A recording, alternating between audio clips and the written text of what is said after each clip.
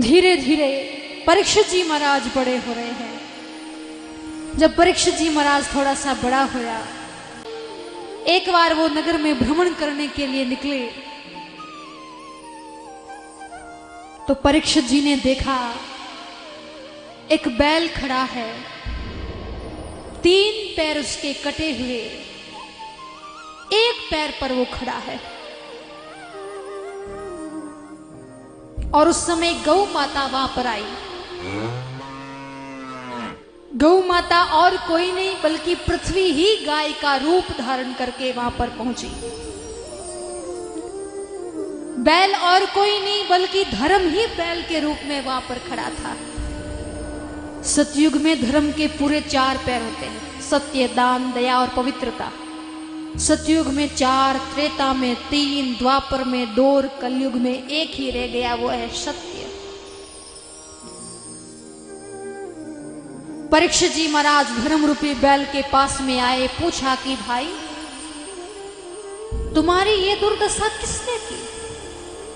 उसने कहा महाराज किसका नाम लो, मुझे जो ये दुख मिल रहा है मुझे मेरे कर्मों से मिल रहा है। देखो, कोई आदमी दुखी वे काल सु, कोई आदमी दुखी वे कर्म सु, और कोई आदमी दुखी वे स्वभाव सु। तो काल सु दुखी आदमी सुखी हो सके।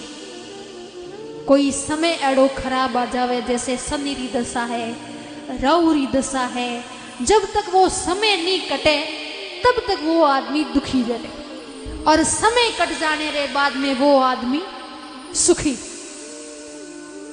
कर्म सु दुखी आदमी सुखी हो सके।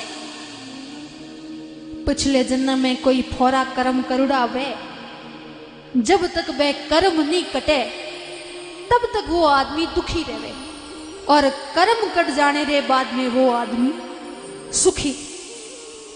तो काल सु दुखी आदमी सुखी हो सके, कर्म सु दुखी आदमी सुखी हो सके, पर जो आदमी स्वभाव से दुखी है वो जिंदगी में कभी सुखी नहीं हो सके, क्योंकि वो आपरे स्वभाव दुखी। अब कई लोग अरे और सब ठीक वे, बढ़िया वे, सब ठाट वे, पर स्वभाव बहुत ही खराब है, बेवजह फालतू दुख मोल ले ली। एक बार एक कोई सासू जी है, बहु भोजन बनायो,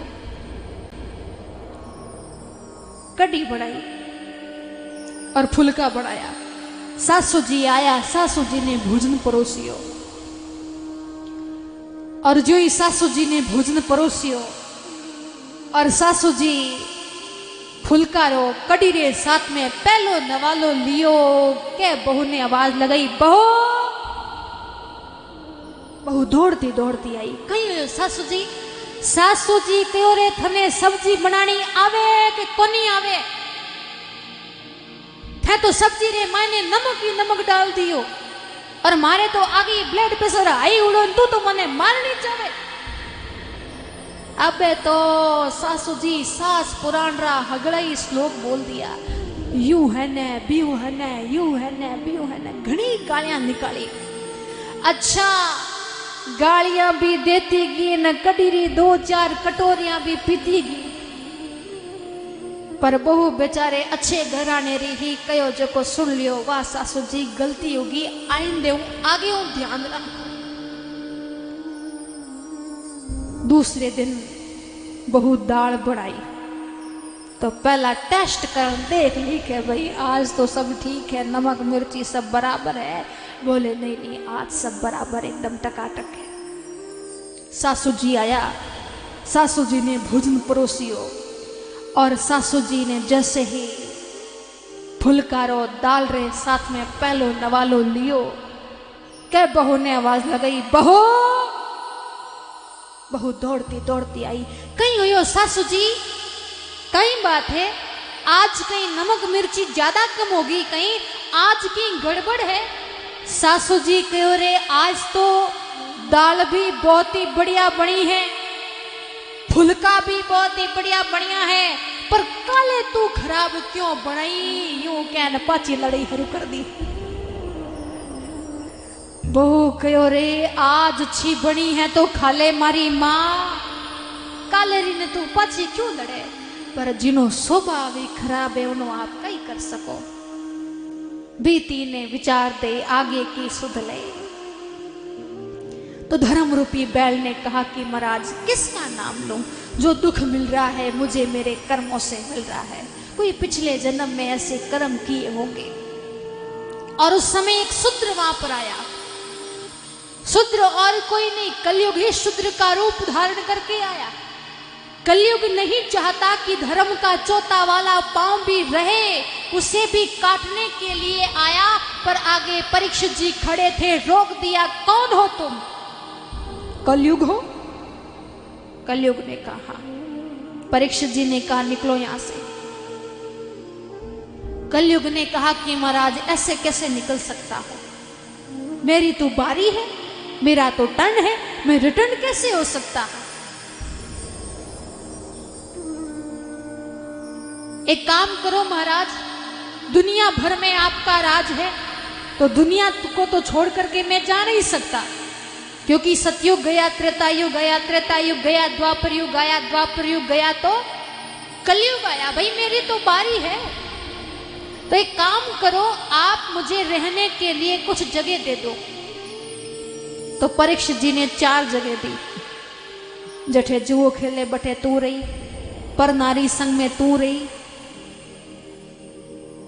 हिंसा में तू रही, और मदिरा में तू रही, ये 4 जगह दी। कलयुग ने कहा महाराज ये 4 जगह तो बहुत ही गंदी है, मेरे अंदर चाहे लाख बुराई है, अवगुण ही अवगुण है, पर एक बहुत बड़ा गुण है। और गुण कौन सा है? कलयुग केवल नाम आधारा, सुमिर सुमिर नर उतराओ भव पारा। अरे कलयुग में व्यक्ति सिर्फ नाम सुमिरन करते करते भवसागर से पार हो सकता है, तो एक ये बहुत बड़ा गुण है। तो महाराज कम से कम एक तो चमकती अच्छी जगह दे दो, साफ सुथरी जगह दे दो।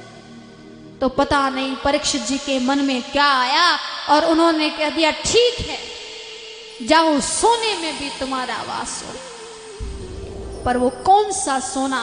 जो अनीति का सोना है, जो अनीति का धन है, उसमें कलयुग का वास है।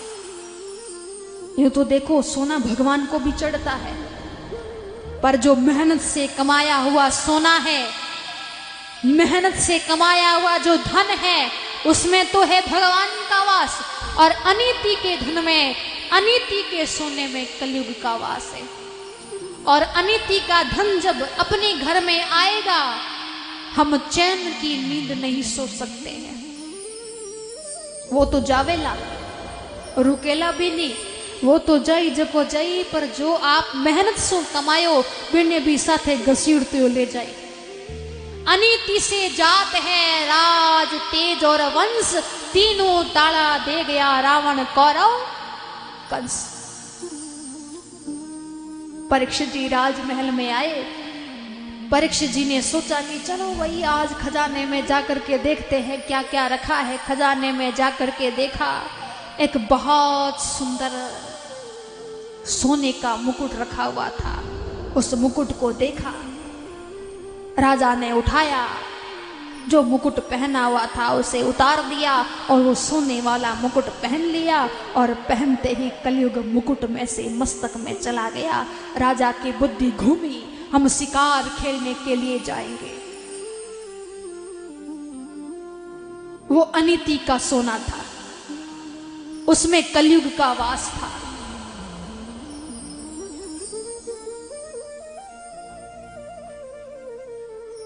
वो परीक्षित जी का सोना नहीं था, वो तो जरासंध का बताते हैं। और जरासंध ने जो कुछ भी प्राप्त किया वो सब अनीति से प्राप्त किया। वो मुकुट भी अनीति का ही था। और जैसे ही भीमसेन ने जरासंध का वध किया तो जरासंध के पास में जितनी भी धन संपत्ति थी वो सब पांडवों के राजकोष में जमा हो गई। वो मुकुट भी जमा हो गया। और आज जैसे ही उस मुकुट को परीक्षित जी ने पहना है, तो कलयुग मुकुट में से मस्तक में चला गया। परीक्षित जी ने कहा कि हम शिकार खेलने के लिए जाएंगे। परीक्षित जी शिकार खेलने के लिए गए, वन में गए, भटक गए, बड़ी जोर की प्यास लगी। शर्मिक मुनि का आश्रम दिखाई दिया, आश्रम के अंदर गए, आवाज लगाई, अरे ओ ऋषि प्यास लगी है, पानी पिलाओ। 2-4 बार आवाज लगाई, पर ऋषि तो खुद समाधि में थे, उन्हें पता ही नहीं भाई कौन आया है कौन गया है। राजा को लगा अरे मैं राजा परीक्षित आया, मेरा सम्मान नहीं किया। राजा ने इधर देखा उधर देखा, एक मरा हुआ सर्प पड़ा था, उसे उठाया और ऋषि के गले में डाल दिया। ऋषि का अपमान कर दिया और कहा कि ऐसे ही ढोंग करके बैठा है, आंखें बंद करके नाटक कर रहा है। अरे मैं राजा परीक्षित आया, सम्मान तक नहीं किया, पानी तक नहीं पिलाया। गले में सर्प डाल करके आ गए राजमहल में, सोने का मुकुट उतारा, अपना मुकुट पहना, बुद्धि ठिकाने पर आई, कलयुग का प्रभाव हटा। मन में विचार किया अरे मैंने ये क्या कर दिया। संतों महात्माओं ऋषियों के गले में मुझे फूलों की माला पहनानी चाहिए थी, मैंने सर्प की माला कैसे पहना दी। इतना बड़ा अपराध मेरे से कैसे हो गया।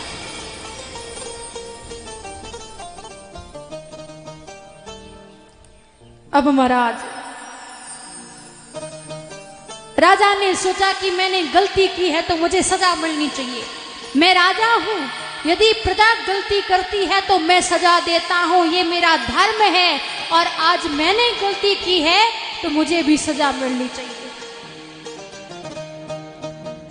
राजा गलती की सजा का इंतजार कर रहे हैं और उधर शर्मिक मुनि के गले में किसी ने मरा हुआ सर्प देखा तो उनके पुत्र से जाकर के कहा, अरे ओ ऋषि, आप तो कौशिक नदी के किनारे पर खेल रहे हो, लेकिन तुम्हारे पिताजी के गले में किसी राजा ने मरा हुआ सर्प डाल दिया है। और जैसे ही ये बात श्रृंगी ऋषि ने सुनी, उनका क्रोध भड़क उठा और कहा, अरे जिस दिन से भगवान श्री कृष्ण इस धरती को छोड़ करके गए हैं ना, राजा अपनी मर्यादा को ही भूल गए हैं। मैं उन राजाओं को बताना चाहता हूं कि राज सत्ता बड़ी होती है या फिर धर्म सत्ता बड़ी होती है। राज सत्ता से भी धर्म सत्ता बड़ी होती है। ऐसा कहते हुए कौशिक नदी का हाथ में जल लिया और कहा, जिस राजा ने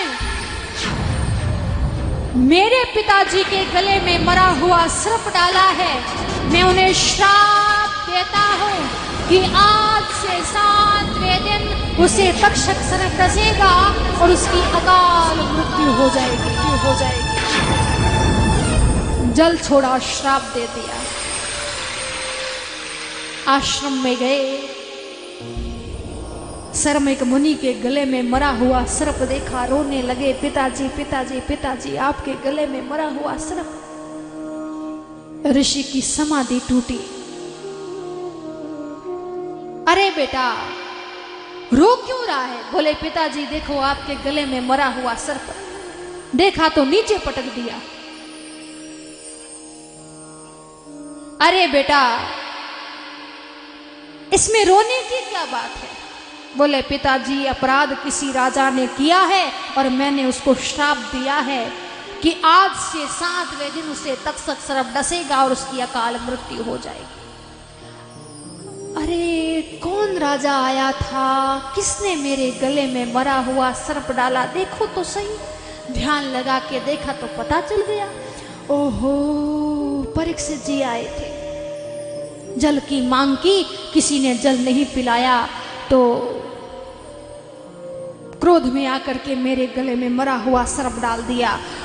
अरे बेटा ये तूने क्या कर दिया? एक राजा को तूने इतना बड़ा श्राप दे दिया। पर खैर अब गलती तो हो गई, मुख से शब्द तो निकल गए, अब क्या हो सकता है। अब उस राजा को तो पता चले कि उसकी जिंदगी मात्र 7 दिन की रही है। तो गौरवमुख नामक शिष्य को भेजा और कहा, गौरवमुख ने परीक्षित जी से कहा, राजन, जिस ऋषि के गले में आपने मरा हुआ सर्प डाला था, उन्हीं के पुत्र ने आपको श्राप दिया है। आज से 7वें दिन आपको तक्षक सर्प डसेगा और आपकी अकाल मृत्यु हो जाएगी।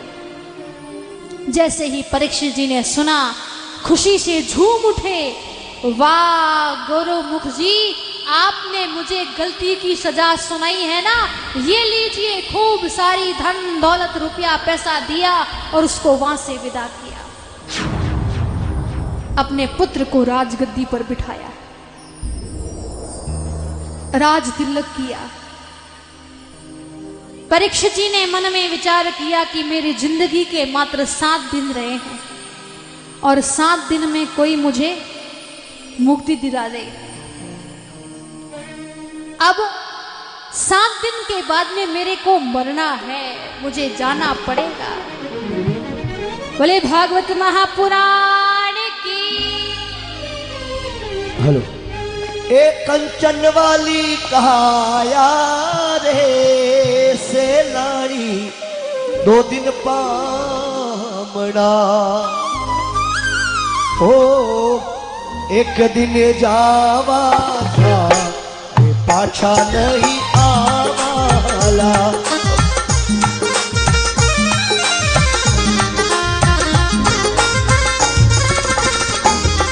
एक कंचन वाली ए सोना वाली कहाया रे सेलानी 2 दिन पामड़ा।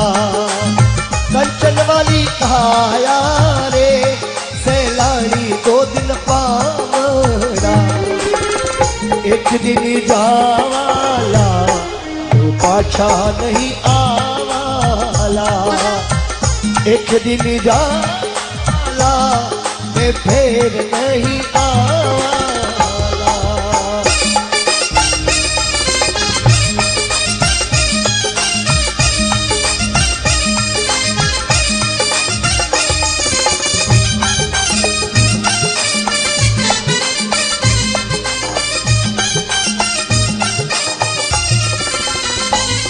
क्या बात है हो।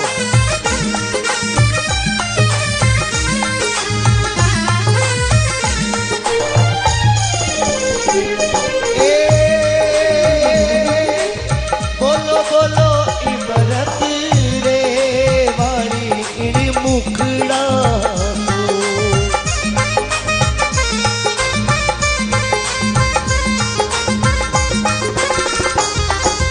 ये बोलो बोलो इमरत रे वाणी इन मुखड़ा सो। ये फूला वाली फरमल छोड़ हमारी होई जावोला। ये फूला वाली फरमल छोड़ हमारी होई जावोला।